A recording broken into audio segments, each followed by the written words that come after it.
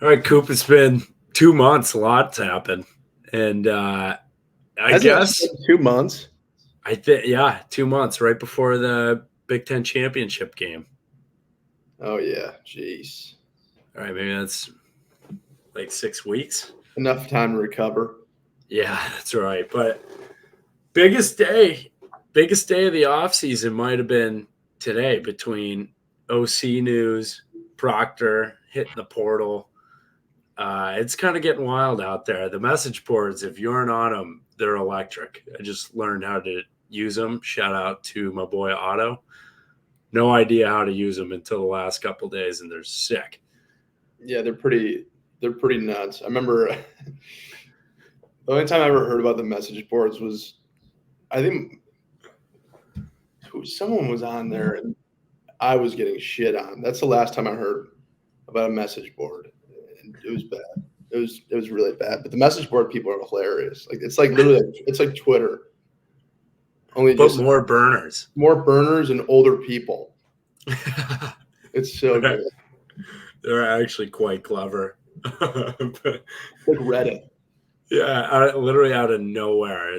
You're 50 pages deep and people are talking about just nothing. They come up with a whole theory about the team that's completely wrong, but it gets you so invested into it. On the Proctor thread today, it turned into, are you allowed to be a Kirk hater and not a Fran hater, or vice versa? It was just a whole debate. It feels like one of those Telegram tunnels where you just can see conspiracies all down the line. Oh, yeah. It's sweet.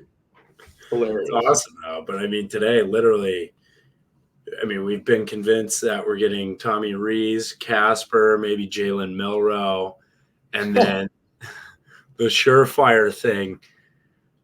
And by surefire, I mean 99%, unless something goes wrong. I'm hearing Caden Proctor. See, like I know you're 99% on it, but 99% off a chat board is not a high. That's like a 62% in real life. Correct. I mean, right when I say 99%, I think of Traquan Holden, the Bama receiver last year. Yeah, dude, that was nuts. We need it. We need everyone donate to the Swarm. Brad Heinrich's the Swarm guy today. He said, all hands on deck. We have a big package, and I don't think it's just Proctor. If he needs I am interested to see. I mean, there's so many different things that could happen. I'm interested with the whole, like, if an OC comes, brings a coach, because, I mean, obviously, so Coach Wallace got paid. Coach Parker got absolutely paid.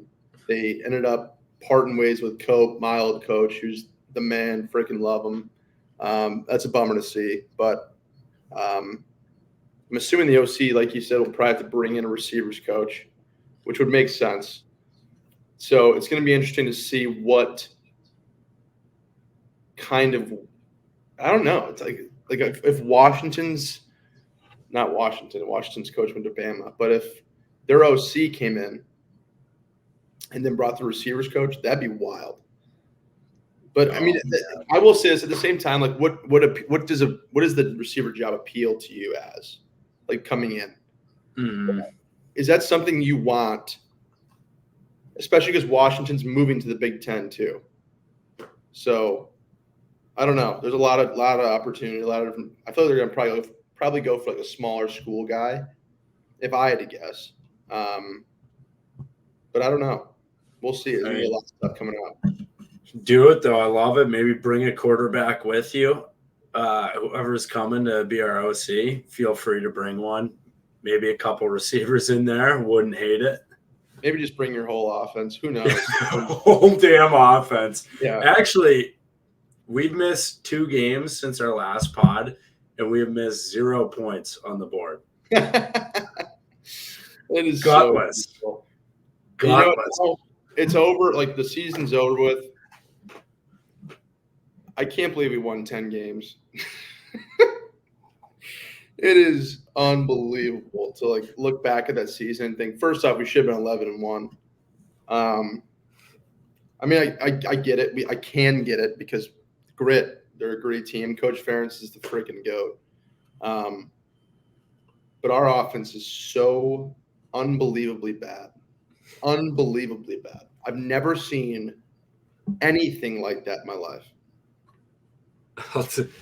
The fact that we had absolutely nothing to lose in either game and couldn't crack out any trick plays, no fake punts, nothing to crack out a playbook, and we put up 0 points in both games. It was like it literally we rolled over. We did, and it's gonna be they're gonna have to do a lot. Most disheartening thing. Whoever comes in is gonna have to change a lot. They're gonna have to open it up a lot because it's just gotten to the point where every team knows what's coming, and it's been like that for years, and we've been able to not have to worry about that, and we could run the same thing that they know is coming and still beat them. Where now it's like we just don't have the talent to do that. We physically can't do that, and we need to change it up. We need to switch the offense up, which I'm assuming they will, whoever they get. But I mean, there's just a lot of changes that need to happen in terms of plays being ran and people being utilized.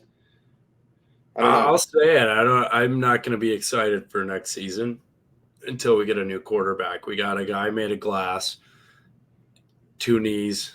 I mean, that was a great thing I saw on the boards today. They're like, hopefully you got an insurance policy for 2 knees.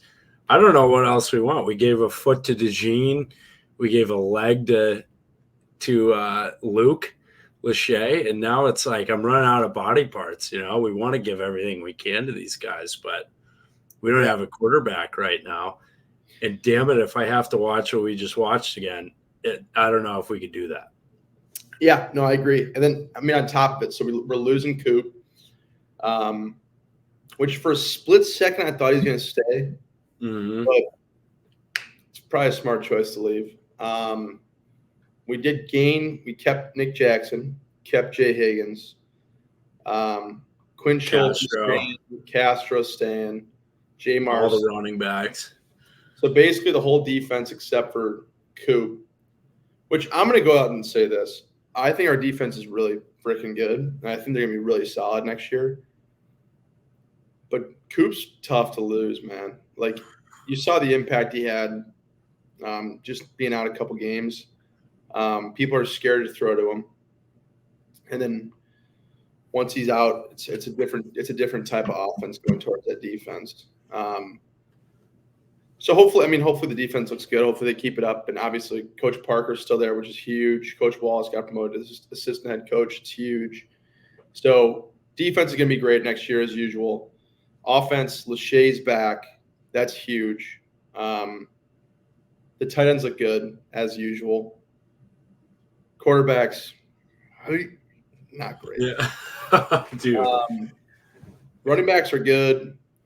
I think one thing that we really need, we need a quarterback, like you said. We need one. We need a quarterback who can, there's just no question about it, can do it. And then on top of that, we need an offensive line who can block for him.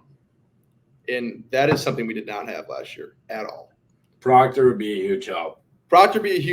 But again, you can't have a one-man army in the line because you just flip their best DN to the other side, it's over. Or just move their interior D lineman over it. You can do a lot of things to beat that one lineman. I think we're going to need some guys probably in the portal. There's just got to be more competition. Because I don't know. They were soft this year. It was frustrating to watch. It was hard to watch. I'm with you. Right now, I'm not excited for the football season next year. Not at all. The last 2 games made me wonder what sport we were watching. Yeah, but at the same time, once the first game comes around, I'll probably be ready to go. I'm sure. Yeah. Oh, big news! Since then, I have moved to Chicago. So now me and Forrester, we are doing this separately. Yep. What a new apartment! I'm back. Chicago Coop. It's sweet, dude. It's a sweet spot to be. But me and Forrester, we start doing some in-person pods, getting some people in person. making it to Iowa City more. Yeah, a whole lot of stuff. But, I mean, once the season comes around, me and you will be obviously going to the bar to watch the games and probably going back for a couple. But, yeah, the excitement's not there. And I have a feeling the offseason could flip that. And I think there's a lot of stuff they could do that could make this an exciting outlook towards the season. But right now it's not there. I have a question for you. What do you think the interviews are like for OC? Something about this with my uncle the other day, and are they like 1st and 10 every time? What do you do? Run the football? Yeah. Or they're like, the question they ask is, how many guys are you bringing from your team over to ours? Yeah, that's what they should ask. More than half on offense, then they're like, you're hired. 4th and inches on our own 40. What do we do? Punt. Good. All right. Step in the right direction. We're down 23 in the Big Ten title game with nothing to lose. What do? Establish the run. It's insanity. It is. I honestly have nothing to say. I have no idea. What. I'll be like just real. I'll be as real as I possibly can. Like I don't know how the Iowa OC job is appealing, because I think it's a major. It is like, okay, I guess I do. There's a risk factor to it because it's a huge reward, or just a place where you go for your career to die. I feel like it's one or the other. Because you could either change that offense around, and that Iowa team could become a team that's top 15, like actually top 15 contending, maybe even making the playoff. Or you go to a place where you're running the same stuff we usually run, and it's just a crapshoot. So I don't know. I don't. If you're in a good job, it's a hard job to look at and be like, that looks really appealing. But at the same time, if you're in a smaller job and you're looking to make it to a big-time program where you think you can turn it around, then hey, fuck it. Why not? Try it. The crazy thing is we finished 24th in the country with the worst offense in the history of football. If you're top 20, yeah, we're top 25. Oh, my gosh. 10-4, Big Ten West champs. Never forget it. Hey, dude, that's like somebody running a marathon with one leg. It's incredible. Like, it's just in finishing top 25. Yeah. Literally, we're missing a limb, and we still made it in the top 25. So the rest of the programs in the Big Ten West who didn't make it in the top 25, what are you doing wrong? I can tell you what they're doing wrong. The other programs in the Big Ten West didn't make the top 100 because they all sucked. They don't have Phil Parker, LeVar Woods, Wallace, Bell. They don't have all the boys. That's the hard part, is like the defense. It's so, everyone's like, Iowa's defense is so good. Iowa's offense is so bad. It's so true. And it's like so prevalent. But I feel like it almost makes the defense look bad because of how bad the offense does. Because like the defense lets up 23 against Michigan, which is not a bad game. The national champs, 23 against Michigan, and we can't put up a fucking point. Like, it's not a great look. It's just not. And what more can the defense do? Like, there's not a whole lot more. Oh, I'll tell you what, though. I mean, don't let Brian near a coach's mic during the game, but I'd throw a bag at him to coach our line. Oh, I'm so serious. I've been saying that since day one. I've always thought he can stick with O-line. He's a great position coach. Like, it's not even a question. He's one of the best position coaches I know, and he's a great players coach. Probably on the planet, he's one of the best position coaches. Hands down. You ask anyone who's played for him as a position coach, the Paulsons, they said he was one of the best coaches they've ever listened to and understood. Like, he's one of the greatest minds. And it's true. Like, he knows what he's talking about when it comes to line. And being a coordinator. It's tough, and I guess turned out not to be for him. But like I don't think that means he shouldn't be a coach, because I think he's a great coach. Yeah, and being a coordinator is tough as hell. I mean, good for him for trying. Obviously, it didn't work for us, but it sucks. It's tough the way it wasn't that bad. His first year was 2017 to 2021 wasn't that bad. Yeah, I mean, we had some athletes out there. You look at the guys. Like with Nate Stanley, that offense, most of them are in the NFL still. Amir's balling. I know B. Smith's still looking for teams. Mm-hmm. I think he's still working out. Like all the tight ends are still there. The O-line, I think a couple. Wirfs is in there. Ike, our freshman year, is in there. Damn, Ike was there when you were? I think his last year was my freshman year.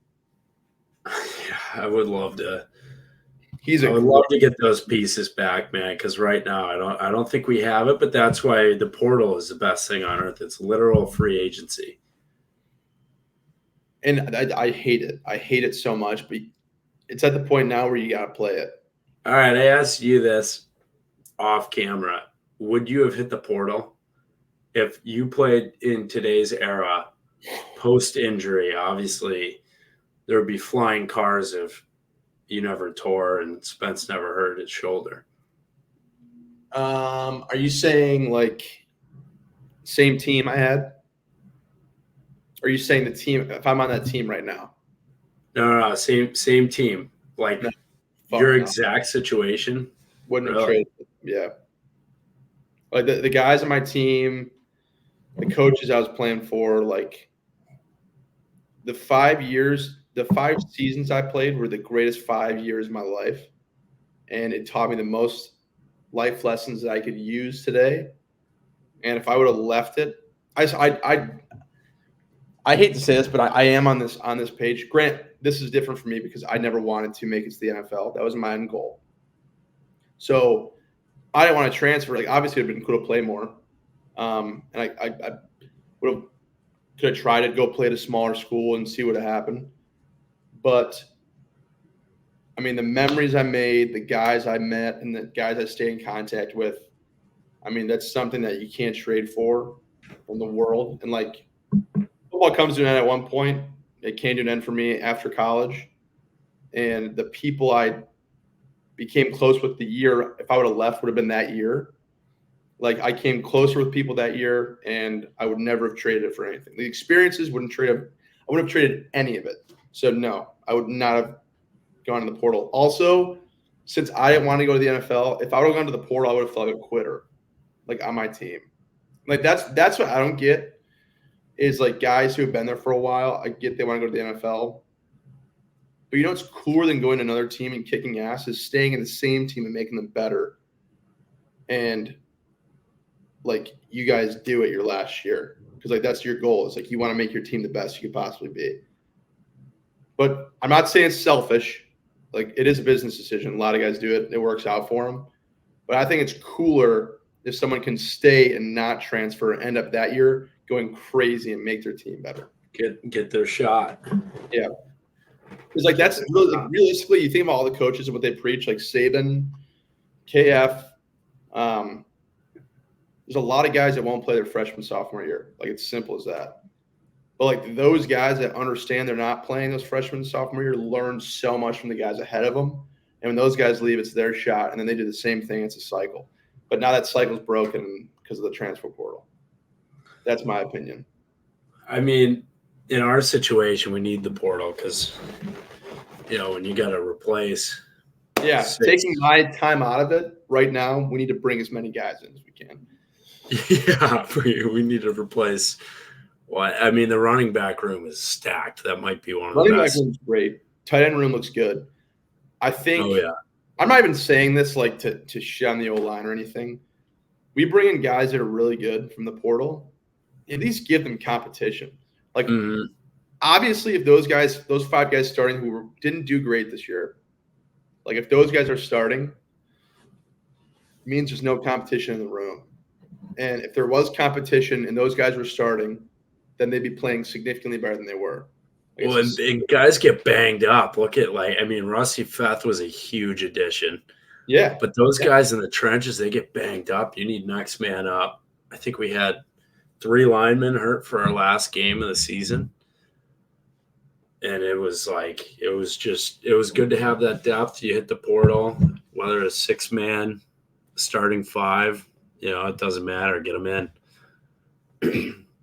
Yeah, it's good though. I like, we just got to dream up an offense right now. I don't know. Maybe throw some names out. Kyler Casper, Jalen Milroe. No, we can't have a running quarterback. All right. Hang on. Spencer Petras returns out of nowhere. Spence is back. I can't wait for the Spencer Heisman train, and I will not give it up. No. Dude, yeah, if we can get Proctor, that'd be big. I can't. Our running backs are fine. We need linemen. But that's the tough part. That's where I'm in a spot where I'm like, I don't know what to think, because the thing about Iowa is we develop offensive linemen. And if we're not developing linemen right now, like for example, you said Rusty Feth comes in. We had Coy Cronk. Sorry, Coy. He came in from Indiana. He's a captain at Indiana. Busted his knee. Guys that transfer in, it's a big addition. But if they get injured, then what? If we can't develop offensive linemen to have at least those guys back, those guys who transfer in up, so the next man up is someone who is developed and ready to go, then we're screwed. So the guys that are playing right now they need more competition, like I said, and they need the guys behind them to be developed. And when injuries happen, they got to be ready to go. But that's just not happening right now. And that's where I think our offense, we're built around an offensive line, and we just don't have that. Yeah, it's true. You can't have this good of a running back room and a busted O-line. Same with the receiver room. Vines transfers out. Nico's gone. Bostic's always hurt. I hope he stays healthy, because I think he's same thing as Vines. Vines was always hurt. Yeah. But they have a lot of potential. I heard Bostic's really good. Yeah. Bostic's really good. Wick's really good. They haven't gotten him the ball a ton. I love Wick. That family's incredible. Yeah, they're awesome. I met them, the Lenches. Yeah, the Lenches are those. We need to get those two in the pod. They wanted to come on really bad. Let's do it. Yeah, this off season, and then the TikTok duo. Yeah, the Elkins, incredible. DeJeans, they were all the families who went to Indy. They were all top notch. The Hawkeye families are the best. Yeah, and you know what? They're more realistic than we are about Iowa football. I think there's a lot more people who are more realistic than we are. Yeah, that's so true. But hey, positive vibes is what we're here for. We gotta keep it real sometimes. And I love this team. I always will. But right now, we just got to make some changes. Got to start developing a little faster, and we'll get there. So Ty Thompson, when he scheduled his visit to Iowa, he's the 5-star dual threat who transferred from UCLA, ended up committing to Tulane the day before he was supposed to visit Iowa City. I thought he walked in and just ate at Poncheros and was like, who eats this stuff? And just left. Yeah, dude. But turns out he canceled his visit, went to Tulane. Tulane got every 5-star. They got all the best portal receivers that you could ask for, former 5-stars. So really, I think Mario Williams, the old OU and USC receiver. Yeah, he just committed there too. So I think he made the right move. He knew there was going to be some weapons in Tulane. It is interesting to see. I will always say I can't stand the portal. It's just the way it's going. It's horrible. But when Saban retired, that Isaiah Bond dude, their receiver, instantly went to Texas. Yeah. Dude, Texas is going to be nasty next year. No, dude, they give up 50 a game. They stink. Dude, Ewers is back. What? Ewers is back. It doesn't matter. They're getting better on the wrong side of the ball. I bet you they get better on the defense too. It would literally be like Iowa getting this safety from Alabama. It's like, yes, we'd probably be the number one defense. But what does that do? We didn't get better on the side we needed to be better on. Great comparison. Damn. It's literally like, great, you're still going to score the same amount. Just a different receiver will catch it. Do you think there's any skill position we could get like the number one player at it? Oh, man. I'm saying would it change our offense? Yeah, if we had a running quarterback, and it's over, we have a whole new system. Yeah, but we're never going to have a running quarterback. That's just not. I know. You can't say Milroe because having a pocket quarterback with no receivers is quite the plan for a football team. I mean, it's tight end you, man. Yeah, that's true. I will say this, though. I will say this. Like, for how little we do throw the ball to the receivers, you got to fucking catch it. We had so many drops this year at receiver position. And like that, you can't do that, man. You can't do that. That's just not a great look. You got one job basically. Yeah. Run her out and you catch the ball. But yeah, I can't imagine. I mean, everyone wants the ball, but when you can't get the ball, it's pretty tough to be sitting there watching just you guys get pounded. Pause. Unpause. But yeah. Until I watch Cade, I need to see Cade ball out for a game because right now it's like we're paying him a bunch of money, like a lot of money, and I want him to be healthy. But the games he was healthy, let's take a look here. Games he was healthy last year. I mean, he had 51 completion percentage for 500 yards. I'm saying this with all honesty, and this is not even, I'm not joking. I would take Spencer over Cade. Oh, 1,000% right now. If we had Spencer, we would have been a solid team. To all the Spencer haters out there, you don't realize what you had until he's gone. That's right. Yeah. Oh, man. It was painful. I mean, 500 yards in 4 games, that's really not good, like at all. 51 completion, that's one of the worst Hawkeye quarterbacks of all time. So saying he's going to fix it by being healthy, that's just insane to say. And then I'm sorry, I'm sure Deacon's a nice guy, but if I ever watch that again, I don't know if I could be a Hawkeye fan. Yeah, I heard Deke's a great dude, so I don't want to say anything. Same. It hurts to say. Yeah. I don't understand why you wouldn't, and I'm not, no shot to Deacon. I'm sure he is a decent quarterback. And it obviously not a lot helped him this year. Like our line wasn't great, but just not a lot of great things in the offense. Either way, I'm surprised at one point they didn't try the backup quarterback. Yeah. That's what that's what I don't understand is like how do you let a guy make mistakes that like you can't have consistently every game or not put up yards, and especially like if you're handing the ball off a lot, like why not just put a new quarterback in, then maybe play action at once, see what happens. If he does a bad play, then throw another guy back in, throw Deacon back in. Like it's not, I don't know. But you know what? We're thinking too much about the past. We have a whole season coming up. Kalen Clark is still the greatest basketball player to ever live. And that's not even a question. I got a stat for you. This is my last thing. This is our proof that we do need a quarterback because, one, we at least need a backup, preferably a starter. When's the last time Cade threw for over 200 yards? It was at Michigan. Yep. November 20th, 2021, and we are in 2024 right now. Over 200 yards.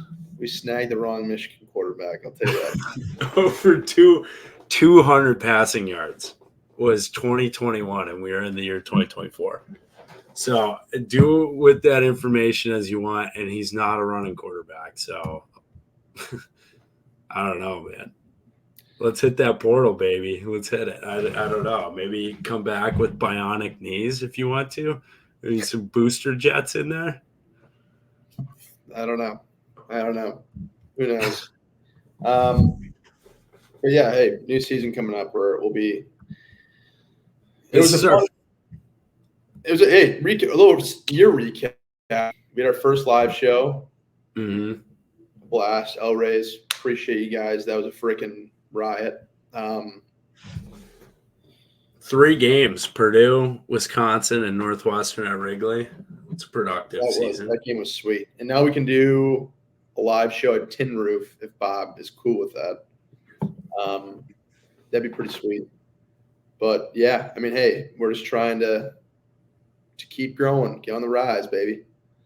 Yeah, I know we've said merch a ton, but we do need to make some.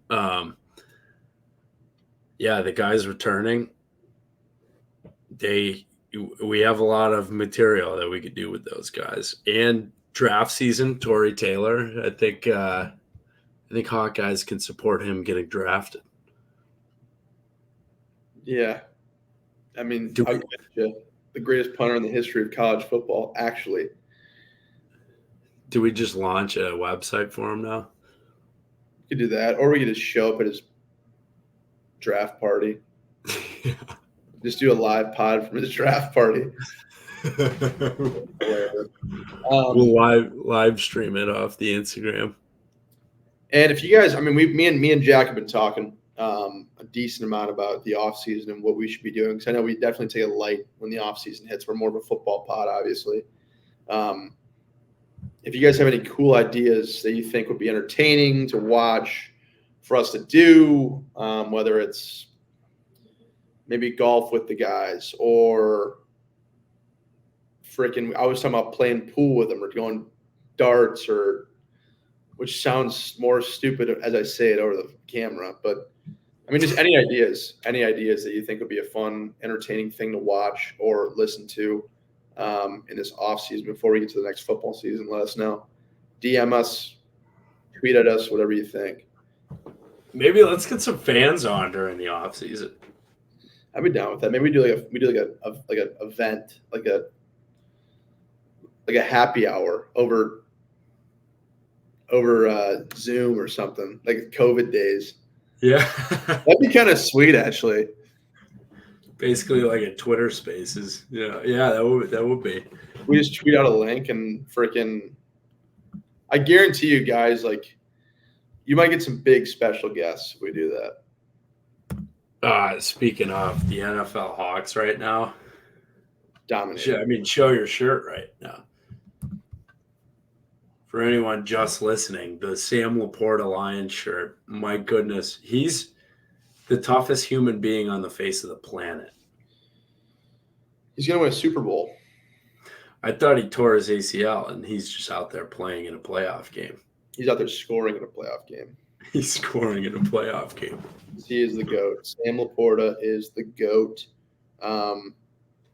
2 Hawks, though. Hey, Laporta versus Wirfs and Kayvon. Going to be a fun game to watch. Packers got who?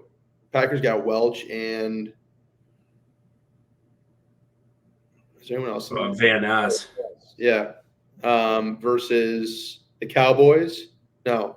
No. 49ers. 49ers. Who's in the 49ers? Kittle. And yikes, I don't know. Who's had a crazy season is AJ Epinesa. Isn't Sheriff on there? I thought he was on the Jags. He is in the Jags, you're right. Yeah, Epinesa is killing it. Yeah, those guys have been a blast. Bills have? I'm not kidding. The 2 guys who are like seriously dominant at their positions are in that Lions-Bucks game are both Hawkeyes. Like I'd say Wirfs is the most, maybe Mike – no, Wirfs is probably the second best tackle in the NFL right now. Laporta's the best tight end in the NFL, I'll say it. I agree with you. Oh, and the Buccaneers have Anthony Nelson. He had a big tackle on Yeah, he did. Monday. Bills, Epinesa, Micah Hyde. Who else is still alive in the playoffs right now? Lindy, Ravens. Gino. Lindy and Gino. Gino Pro Bowl snub. Yeah, that's kind of nuts. And Kelsey snubbed every Hawkeye at tight end. What other teams are in it right now? It's 49ers, Packers, Lions, Bucks, Bills, Chiefs, and then who's the last one? We don't have anyone. Oh, Ravens, Texans. Ravens, Des King, 360 on that guy's head. That was awesome. He's hitting the pommel horse. Dude, CJ Stroud's a stud. And Nico Collins, Big Ten boys. Yeah, the NFL playoffs are fun to watch right now. I mean, it's fun to be cheering. Lions are making a historical run. They're going to make the biggest historical run in the history of the Lions, and they win the Super Bowl. Hopefully they play the Packers next round so we can kick their ass. Hopefully Ravens make it. Lions play the Ravens. That'd be sweet. Lindy versus Laporta. Would you go to that game? What about Campbell? Oh, yeah. Obviously. Matt Nelson. Would you go if it were Lions Ravens as a Lions fan yourself? My parents are going to the game this weekend. Oh, really? Yeah, they got tickets to that game. It's gonna be sweet. Yeah, I'd 100% cheer against Lindy. 100%. Because I got Laporta to cheer for and Campbell. Even though I like Lindy is. I'd love to give Lindy a fat hug right now. He's one of my best friends, but I freaking love Laporta, and I love the Lions the most. So freaking let's go Lions. That'd be sweet. Yeah, that's your childhood dream. I mean, yeah, I was the biggest bandwagon fan in the history of mankind until like 2 years ago. But dude, you know what's hilarious right now? So on Twitter, there's a bunch of burner accounts who are like these college kids, and they're actually hilarious. They're funny guys. Shout out to, I mean, I don't know their names, but funny guys.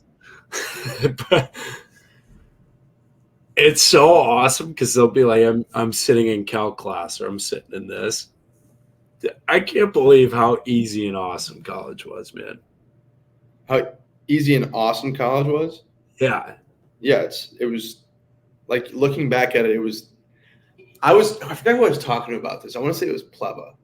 But like you look back, I remember looking at high school going into college, and I'm like, there's no way anything beats those years. There's no way. Nothing compares. I love my high school friends. Like I'm very close with like a couple of like I'm tight with today. There is nothing ever that will beat those 4 years of college. Grant, like in the future, maybe when you have a family, that's pretty great. But it's a different phase. Like in that moment, there is no like if I could go back and rewind when I was a freshman, even though I didn't go out a lot, I sit inside all day. I wasn't really that fun. Tit back, I was still a blast. But I would start over from freshman year to senior year, and I wouldn't change a single thing ever. Except for I take it back. I'd change one thing. You were in almost all my classes until junior year of college, and we didn't know each other until junior year. So I would change it to. And we had all the tests. Yeah, seriously. Here's my advice to people. Join either a friend group or a fraternity sorority who has access to test banks, or find some friends who have access to test banks, because your life will be so much easier in college. Because I'll tell you what, the professors, that's their job. As you grow up, you'll realize, all right, college didn't matter that much. The professors really didn't care. They already worked their career. That at that point, they're just doing it for fun. They keep the same tests going. You take the same classes. You go out on Thursday, you go out on Friday, you go out on Saturday. Oh, dollar drink Tuesday, sneak that in there. You have fun with your friends. You live it up. It's -10 outside and you're still going to Summit. It's the best, man. Your life is incredible in college, so cherish that. See, I was too much. I was a scaredy pants. I was too scared to cheat in college. That freaked me Really? out. I was terrified. I was a little baby, and yeah, I mean, is it true that most of the frats and sororities is like generationally just passed down? Yeah, so there's a theory that everyone has like a test bank. Essentially, it's just piled up tests of, you save it as a PDF. Maybe you take an online class and, it's just all in one document. Those theories I can neither confirm nor deny them, but they're as true as I think Caden Proctor's coming to Iowa. Which is 62%. Yeah. What about athletes? Who did your homework? No one.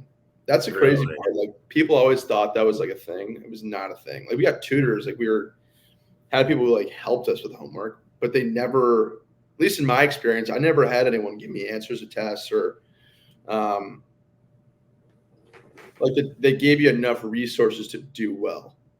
Like, meaning like you had plenty of access to tutors who like knew a ton about that class and would do a great job of teaching you it if you just couldn't sit there in a lecture hall and understand professors. But I never experienced that. I've heard of it before, but I've never seen it or experienced it ever. It's the best. I mean, half of life in college is picking the right schedule too. Yeah. You know what's funny is my parents were always like, never have a class on Friday because it's Thursday nights in college. I never went out on Thursday night. I went out once in my life on Thursday night. Like, Would you guys ever go out Wednesday since Thursday was your off night?